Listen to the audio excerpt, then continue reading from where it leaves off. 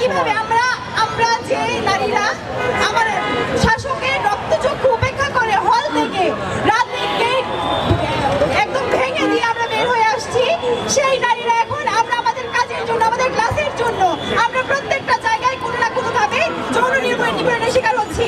সরকার জানে এই 72 ঘন্টায় বাংলাদেশে কত পরিমাণ নারী এবং শিশু ধর্ষণের শিকার হয়েছে, তাদের কোনো আইডিয়া আছে? আমাদের চারপাশে এরকম ধর্ষক ঘুরে বেড়াচ্ছে, অথচ সরকার তাদের জন্য কোনো ধরনের স্টেপ নিচ্ছে না। ইভেন আমরা এরকমও দেখেছি যে নেত্রকোনায় একজন গৃহবধূকে ধর্ষণের পর সেই ধর্ষক ঘুরে বেরিয়েছে, যখন তার স্বামী সেই ধর্ষককে হত্যা করেছে তখন সেই স্বামীকে গ্রেফতার করা হয়েছে, কিন্তু সেই ধর্ষকের বিচার করা হয় নাই। তাহলে আপনারা কি প্রমাণ করতে চান? আমরা আবারও এই রাস্তায় থাকি, মেয়েরা আবারও রাজপথে নেমে আসুক। আপনাদের মতামত কি?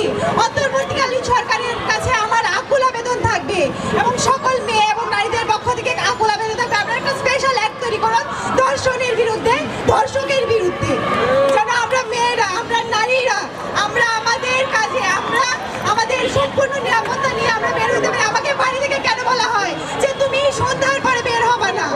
আমার কাজ আছে, আমার টিউশন আছে, আমার ক্লাস আছে, আমার যখন তখন বের হতে পারে।